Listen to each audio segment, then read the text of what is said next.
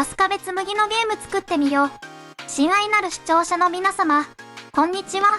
どうも、春日部つむぎです。これまで学んだことから、簡単なミニゲームを作ってみようと思います。アクタのマージとピボットポイントの編集で、マック作成してみた、ミニゲーム、その1。実際に作ってみましょう。1、準備。ブループリンツフォルダを作成します。BT サードパーソンキャラクターを作業フォルダに複製します。名前を BTTPS キャラクターにします。ウィンドウ。ワールドセッティングでワールドセッティングパネルを開きます。ワールドセッティングパネル。ゲームモード。ゲームモードオーバーライドを BT サードパーソンゲームモードにします。選択したゲームモードを展開します。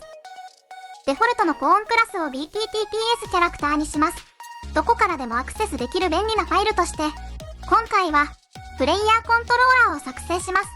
右クリック、ブループリントクラス、プレイヤーコントローラー。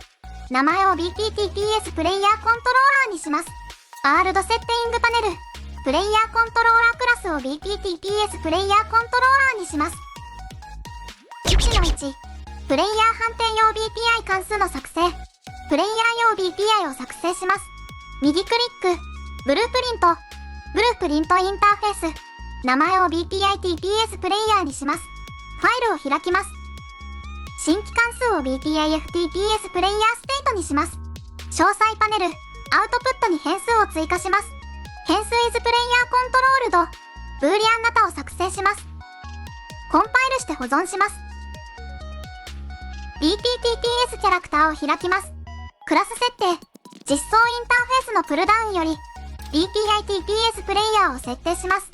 インターフェースに BPIFTPS プレイヤーステートが追加されます。BPIFTPS プレイヤーステートをダブルクリックして開きます。is プレイヤーコントロールドノードを配置します。is プレイヤーコントロールドピンにつなぎます。コンパイルして保存します。2、レベルテンプレート1の作成。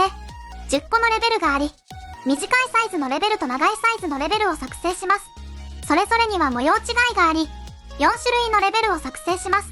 まずは、短いレベルのテンプレートを作成します。マックスフォルダを作成します。ファイル、新規レベル、基本レベルを作成します。ファイル、現行レベルを保存。名前をレベル10と01にします。フローを選択します。詳細パネル、スケールを 3.0、1.0、1.0 にします。位置を X、1450.0 にして、端が原点に来るようにします。プレイヤースタートを選択します。位置を X、550.0 にします。2-1、ジオメトリの配置。フロアを囲む壁と柱を作成します。アクタを配置パネル、ジオメトリ、ボックスを配置します。詳細パネル、ブラシセッティングを3000、100、1200にします。位置を 1450.0、マイナス 450.0、600.0 にします。複製して、位置を 1450.0、450.0、600.0 にします。アクタを配置パネルより、ボックスを配置します。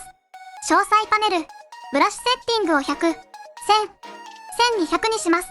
位置を 2900.0、0.0、600.0 にします。複製して、位置を 0.0、0.0、200.0 にします。ブラシセッティングを100、1000、400にします。アクタを配置パネルより、ボックスを配置します。詳細パネル、ブラシセッティングを300、200、800にします。位置を 2700.0、マイナス 300.0、400.0 にします。複製して、位置を 2700.0、300.0、400.0 にします。目印用に模様を作成します。アクタを配置パネルより、ボックスを配置します。詳細パネル、ブラシセッティングを300、400、50にします。位置を 200.0、0.0、マイナス 25.0 にします。アクタを配置パネルより、ボックスを配置します。詳細パネル、ブラシセッティングを600、400、50にします。位置を 1450.0、0.0、マイナス 25.0 にします。アクタを配置パネルより、ボックスを配置します。詳細パネル、ブラシセッティングを800、200、50にします。位置を 750.0、0.0、マイナス 25.0 にします。アクタを配置パネルより、ボックスを配置します。詳細パネル、ブラシセッティングを1100、200、50にします。位置を2300.0、0.0、マイナス 25.0 にします。次の2、スタティックメッシュか、ジオメトリをスタティックメッシュに変換します。スタティックメッシュズフォルダを作成します。ボックスブラシを選択します。詳細パネル、ブラシセッティング、詳細設定、スタティックメッシュを作成で、保存先フォルダを選択します。名前を SME-001 にします。スタティックメッシュを作成します。スタティックメッシュがコンテンツブラウザ内に保存され、ボックスブラシがスタティックメッシュに置き換わります。ちなみに、この時コントロールプラス Z を押すと、変換前のボックスブラシに戻りますが、コンテンツブラウザ内には、作成したスタティックメッシュは残ったままになります。今回は不要なので、スタティックメッシュに置き換えます。その他の壁と柱のボックスブラシをスタティックメッシュに変換します。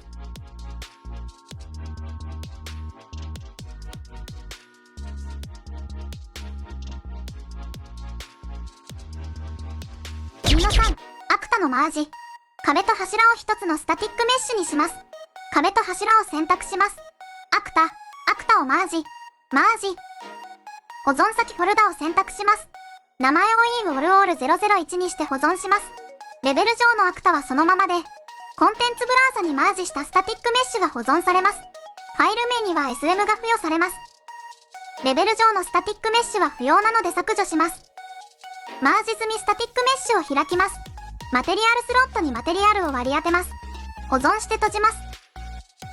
次の4、ピボットポイントの編集。スタティックメッシュをレベル上に配置します。正確に配置しやすくするために、ピボットポイントを編集します。選択モードをモデリングモードに切り替えます。トランスフォームを変換、ピボットを編集で、フロントにします。承認を押して、ピボットポイントを編集します。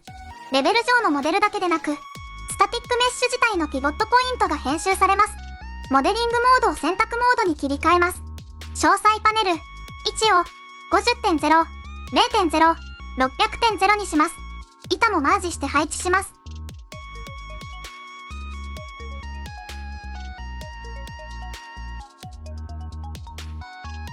次の5、コリジョン。起動してみましょう。壁をすり抜けてしまいます。SME-ALL-001 を開きます。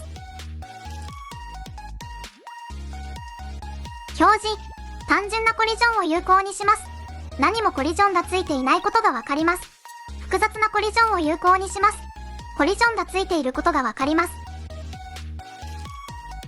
詳細パネル、コリジョンコンプレキシティを Use Complex Collision as Simple にします。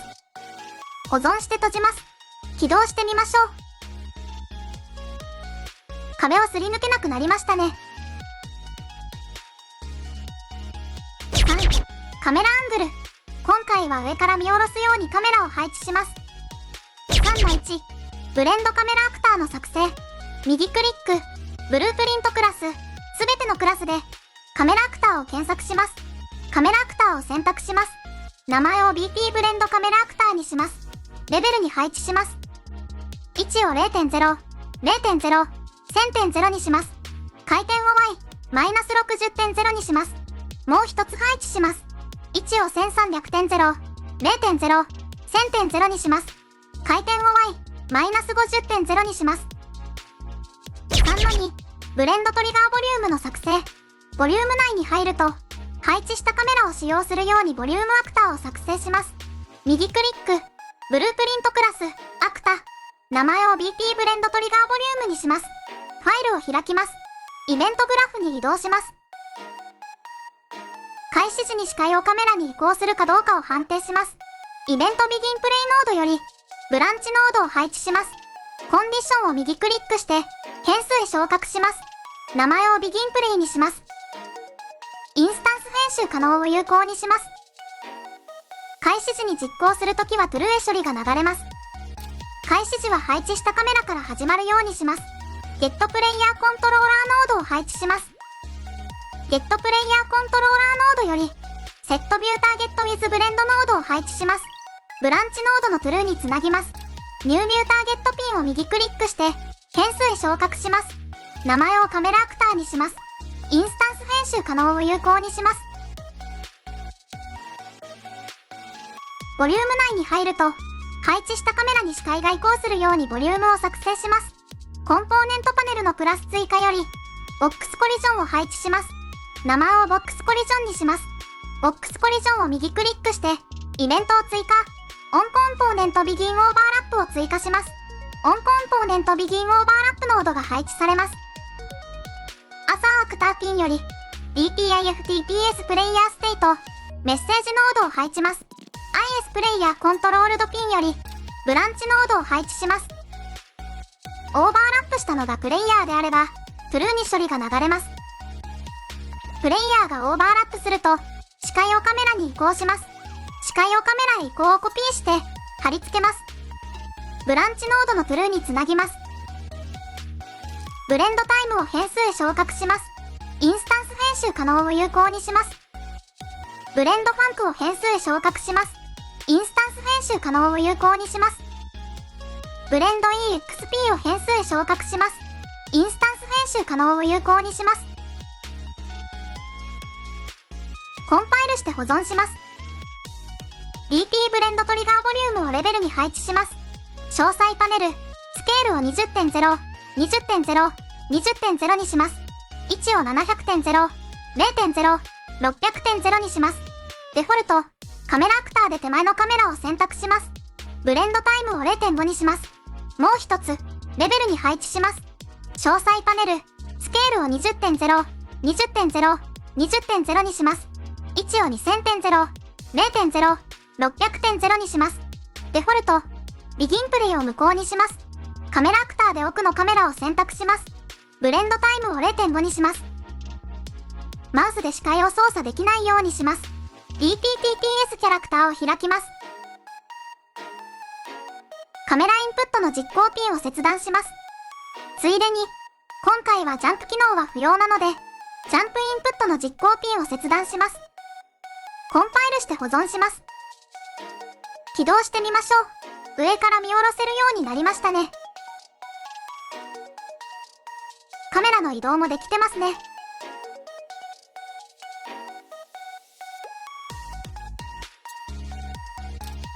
4、アウトライナーの整理。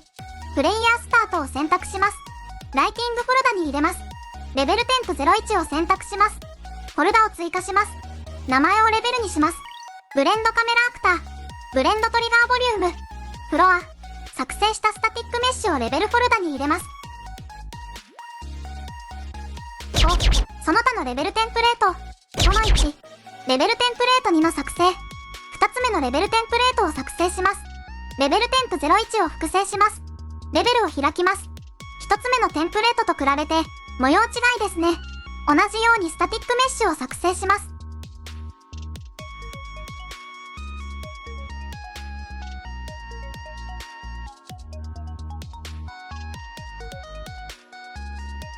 その2、レベルテンプレート3の作成。3つ目のレベルテンプレートを作成します。レベル10と02を複製します。レベルを開きます。フロアサイズの長さが異なりますね。フロアを選択します。スケールを X、4.0 にします。位置を X、1950.0 にします。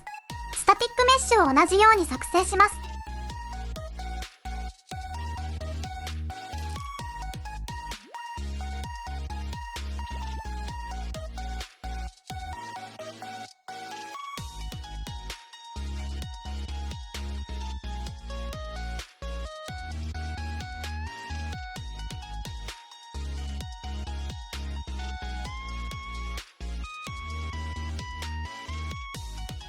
DT ブレンドカメラアクターをレベルに配置します。位置を 2600.0、0.0、1000.0 にします。回転を Y-50.0 にします。真ん中のカメラを選択します。回転を Y-60.0 にします。DT ブレンドトリガーボリュームをレベルに配置します。詳細パネル、スケールを 20.0、20.0、20.0 にします。位置を 3300.0、0.0、600.0 にします。デデフォルト、ビギンプレイを無効にします。カメラアクターで配置したカメラを選択します。ブレンドタイムを 0.5 にします。一旦起動してみましょう。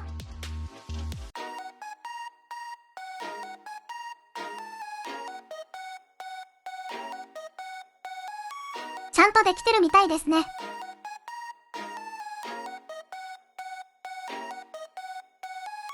その3、レベルテンプレート4の作成。4つ目のレベルテンプレートを作成します。レベルテンプ03を複製します。レベルを開きます。3つ目のレベルテンプレートと比べると、模様違いですね。同じようにスタティックメッシュを作成します。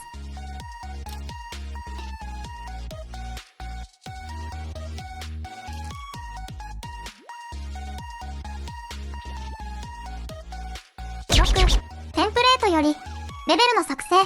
レベルテンプ01を3つ複製します。名前をレベル1、レベル2、レベル10にします。レベルテンプ02を3つ複製します。名前をレベル5、レベル6、レベル8にします。レベルテンプ03を2つ複製します。名前をレベル3、レベル4にします。レベルテンプ04を2つ複製します。名前をレベル7、レベル9にします。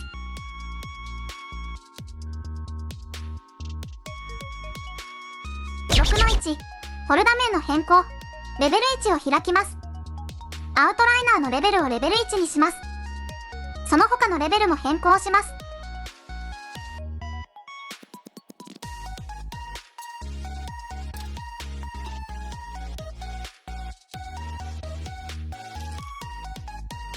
6の2、ライティングフォルダの削除。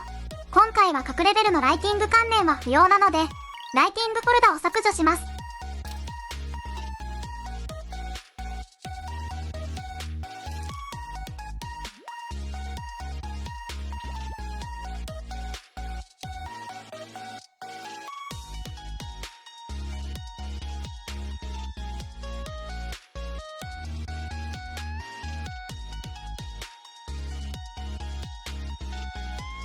7、レベル管理。7の1、パーシスタントレベルの作成。ファイル、新規レベル、基本レベルを作成します。ファイル、現行レベルの保存。名前をマスターレベルにします。保存先フォルダに保存します。アウトライナーを整理します。ライティングフォルダ名をマスターレベルにします。プレイヤースタートの1を X150.0 にして、マスターレベルフォルダに入れます。今回は、フロアは削除します。コストプロセスもマスターレベルで管理するようにします。コストプロセスボリュームを配置します。アウトライナーでマスターレベルフォルダに入れます。詳細パネルでコストプロセスボリュームを調整します。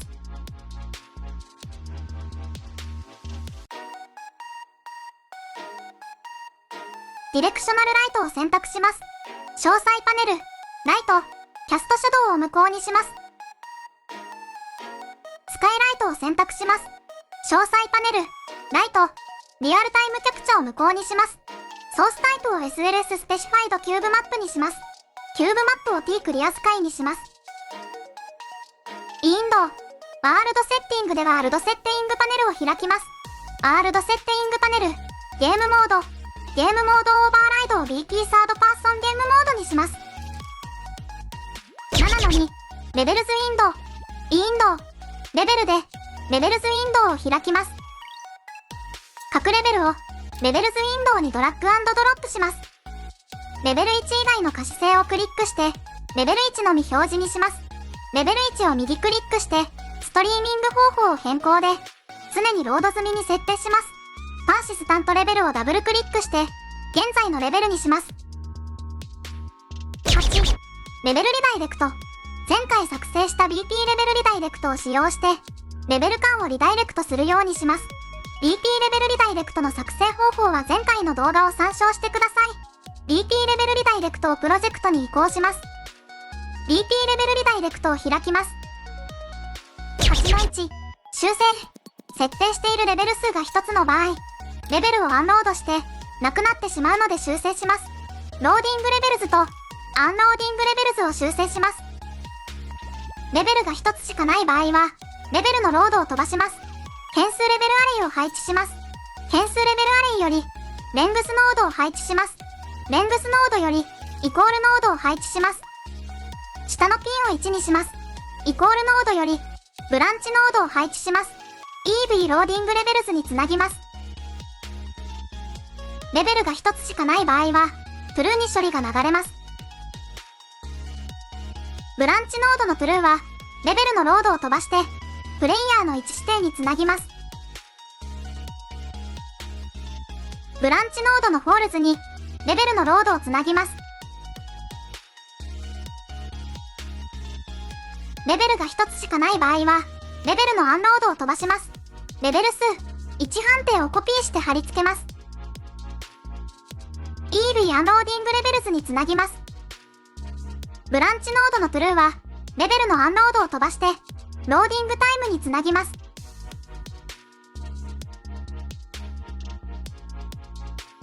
ブランチノードのフォールズにレベルのアンロードをつなぎます。8の2、配置場所の指定。各レベルの大きさが異なるので DT レベルリダイレクトの配置場所が異なります。DT レベルリダイレクトの配置場所を指定します。カスタムイベント EV ロケーションを作成します。レベルロード時に配置場所を指定します。ローディングレベルズの最後でカスタムイベント EV ロケーションを呼び出します。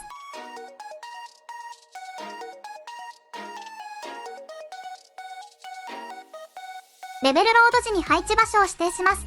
変数ネクストレベルナンバー、ゲットノードを配置します。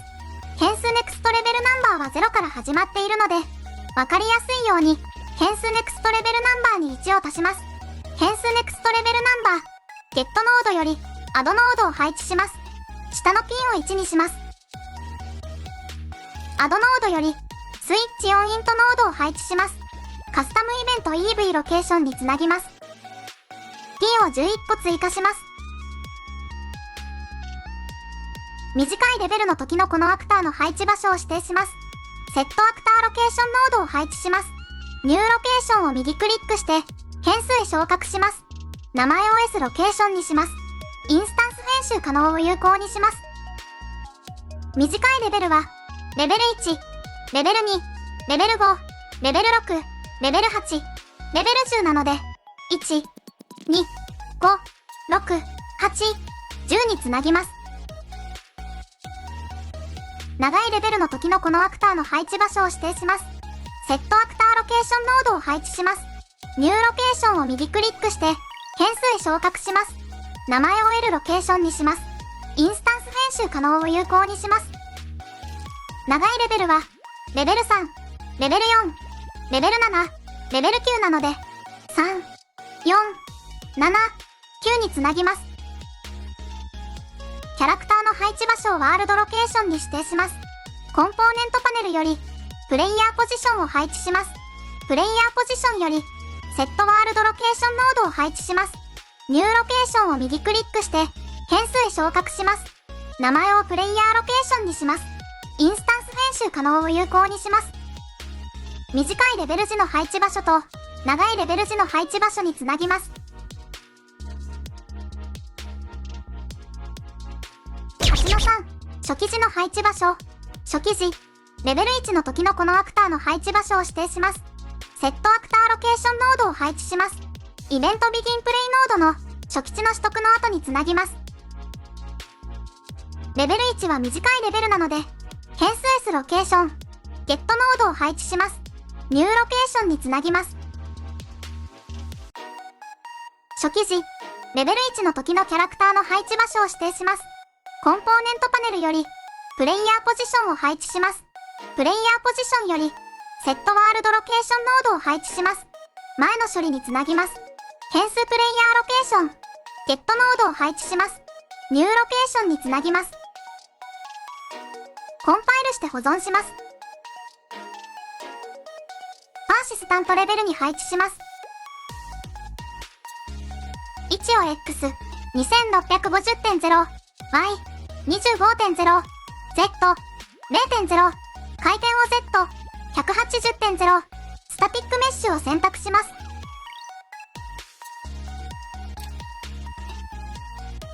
位置を Y、200.0、スケールを X、1.40、プレインを選択します。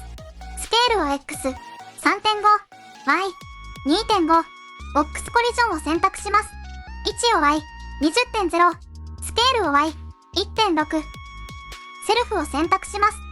詳細パネル、デフォルトで変数の値を設定します。レベルアリーにエレメントを10個追加します。10個のレベルを順番に格納します。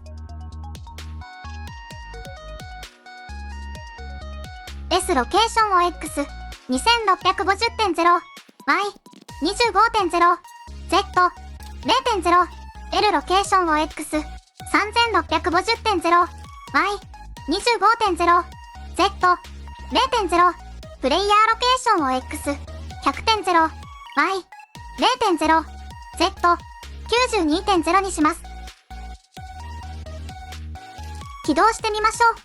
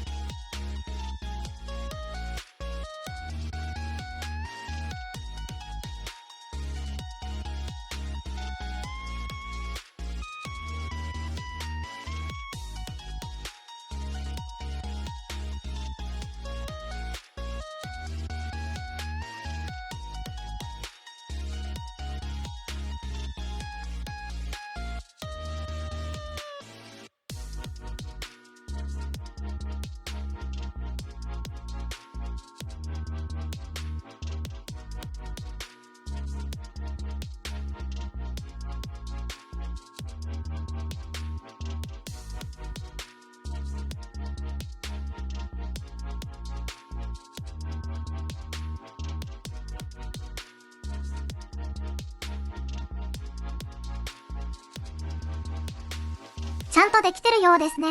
設定ファイル。